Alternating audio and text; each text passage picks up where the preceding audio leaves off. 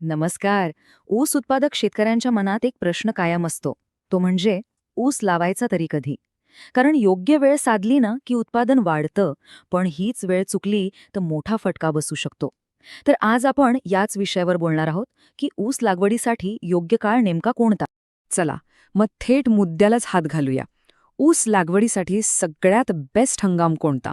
कारण हा एकच निर्णय आपल्या पुढच्या 1.5 वर्षांच्या मेहनतीवर आणि अर्थातच मिळणाऱ्या उत्पन्नावर थेट परिणाम करतो. आपल्याकडे ऊस लागवडीचे पारंपरिकरित्या 3 मुख्य हंगाम मानले जातात. बहुतेक शेतकरी ह्याच हंगामांच्या आसपास आपली लागवड करतात. चला, बघूया हे 3 हंगाम नक्की कोणते आहेत. तर हे बघा, हे आपलं ऊस लागवडीचं एक प्रकारचं कॅलेंडरच आहे.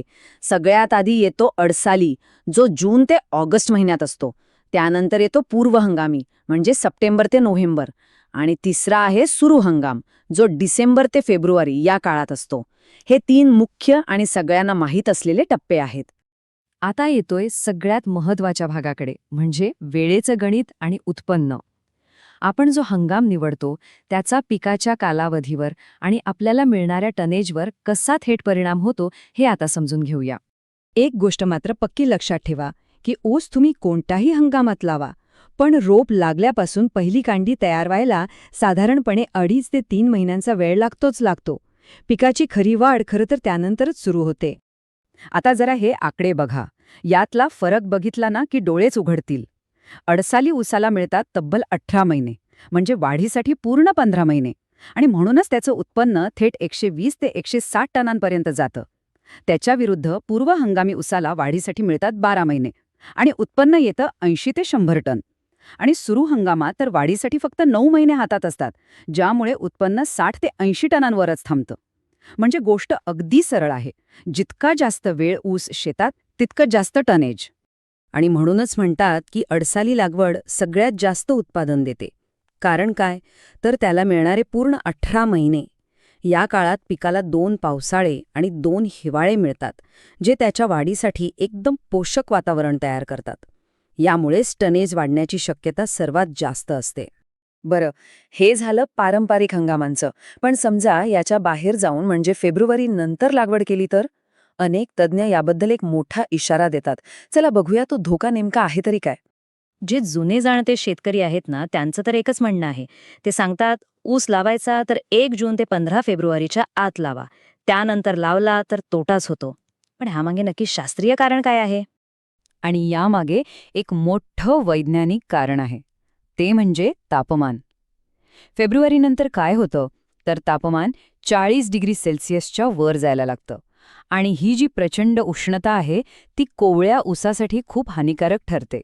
आणि ह्या उष्णतेचा परिणाम कसा साखळीसारखा होतो बघा.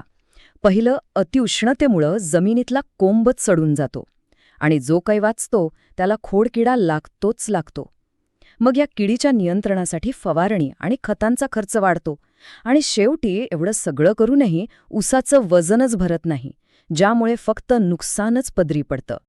एकीकडे हे सगळे धोके आहेत, पण थांबा, प्रत्येक नाण्याला दुसरी बाजू असते. तसंच इथंही आहे. काही शेतकरी याच कडक उन्हाळ्याचा, याच उष्णतेचा फायदा घेऊन एक वेगळीच स्ट्रॅटेजी वापरतात. चला, हा जरा वेगळा दृष्टिकोन समजून घेऊया. यामागचं लॉजिक एकदम सोपं आहे आणि सायंटिफिक सुद्धा. ऊसाच्या कांडीला उगवण्यासाठी उष्णतेची गरज असते. थंडीपेक्षा गरम हवामानात ऊस खूप लवकर आणि चांगला उगवतो. मग ह्याच नैसर्गिक गोष्टीचा फायदा का नाही घ्यायचा, असा यामागचा विचार आहे. आणि फरक तर अगदी समोरच दिसतोय.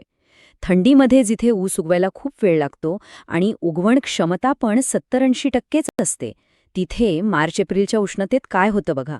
फक्त 7 ते 8 दिवसात कोंब जमिनीच्या वर येतो आणि फुटव्यांची संख्याही जोरदार वाढते.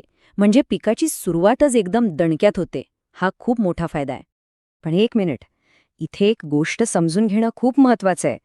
या पद्धतीचा उद्देश 18 महिन्यात 160 टन काढण्याचा नाहीये. उलट 10 ते 11 महिन्यांच्या कमी कालावधीत एक चांगलं, फायदेशीर पीक घेणं हे ध्येय आहे. हे वेळेचं एक वेगळं गणित आहे. तर आता आपल्यासमोर चित्र एकदम स्पष्ट आहे. एकीकडे पारंपरिक हंगामाचे फायदे आणि धोके आहेत, तर दुसरीकडे उष्णतेचा फायदा घेणारा एक नवीन दृष्टिकोन आहे. मग आपल्या शेतासाठी योग्य निर्णय कसा घ्यायचा? योग्य निर्णय घेण्यासाठी ना स्वतःला काही प्रश्न विचारा. आपलं मुख्य ध्येय जास्तीत जास्त टनेज काढणं आहे का? मग अडसाली उत्तम आहे. की कमी वेळेत पीक काढून शेत मोकळं करायचं आहे? मग मार्च-एप्रिलचा विचार करता येतो. आपल्या भागात उंदीर आणि तोडणीसाठी मजूर मिळण्याची अडचण आहे का? आणि सर्वात महत्त्वाचं म्हणजे उन्हाळ्यात लागवड केल्यास कीड नियंत्रणाचा अतिरिक्त खर्च उचलण्याची आपली तयारी आहे का? या प्रश्नांची उत्तरं आपल्याला योग्य हंगाम निवडायला नक्कीच मदत करतील. तर मग अंतिम निर्णय हा प्रत्येकाच्या परिस्थितीवर अवलंबून आहे.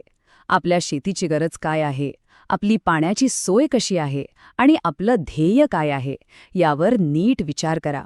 आणि मगच ऊस लागवडीचा योग्य काळ निवडा आणि भरघोस उत्पन्न मिळवा.